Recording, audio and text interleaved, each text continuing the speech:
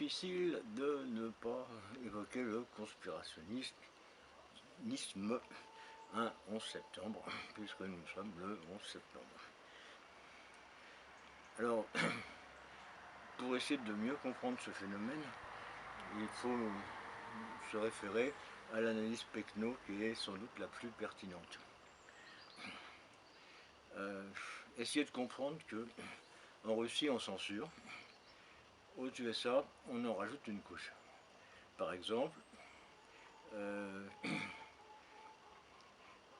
une comparaison un peu triviale nous permettra de mieux piger. Quelqu'un vous dit j'ai vu le voisin, quelqu'un pourtant bien sous tout rapport et nanti, voler une bouteille de Bordeaux à Intermarché. Vous allez vous dire, c'est assez scandaleux, ça doit être un kleptomane.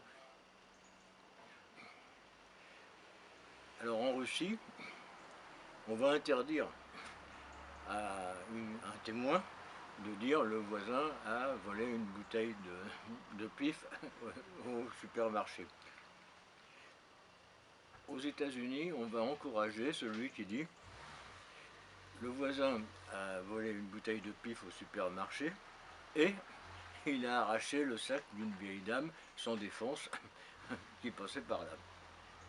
Là, du coup, évidemment, la deuxième information rend la première totalement non crédible, et c'est bien l'esprit du conspirationnisme, c'est-à-dire que, en fait, quand la presse, les autorités, les médias relayent les propos conspirationnistes, c'est pour dissimuler quelque chose de plus anodin qu'un éventuel attentat sponsorisé par George Bush. Il s'agit plutôt des liens entre les États-Unis, le gouvernement américain donc, et l'Arabie Saoudite, et le fait que l'Arabie Saoudite a financé cette opération du 11 septembre. Et sur les 20 terroristes, il y avait, je crois, 15 Saoudiens. L'organisation de Ben Laden était composée essentiellement de Saoudiens. Ben Laden lui-même était saoudien. Le père de Ben Laden est un notable saoudien. Donc, il n'y a pas besoin d'aller chercher bien loin pour conclure que cet attentat a été organisé par les Saoudiens. Mais on ne peut pas se fâcher avec les Saoudiens.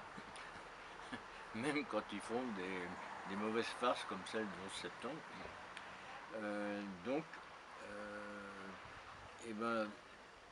Comme il y a évidemment des gens pour dire ah oui, mais on a les preuves que l'Arabie Saoudite a financé, bon c'est le cas,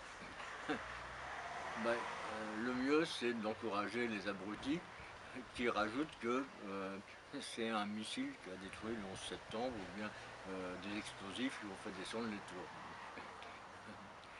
C'est grâce à ça que plus personne ne croit que le gouvernement américain sait très bien que ce sont les Saoudiens qui les ont attaqués sur leur terrain, sur leur sol, et qui n'ont pas réagi du tout, ils n'ont pas pris de sanctions. Ils ont sanctionné tout le monde sauf les responsables. Voilà, c'est ça le conspirationnisme.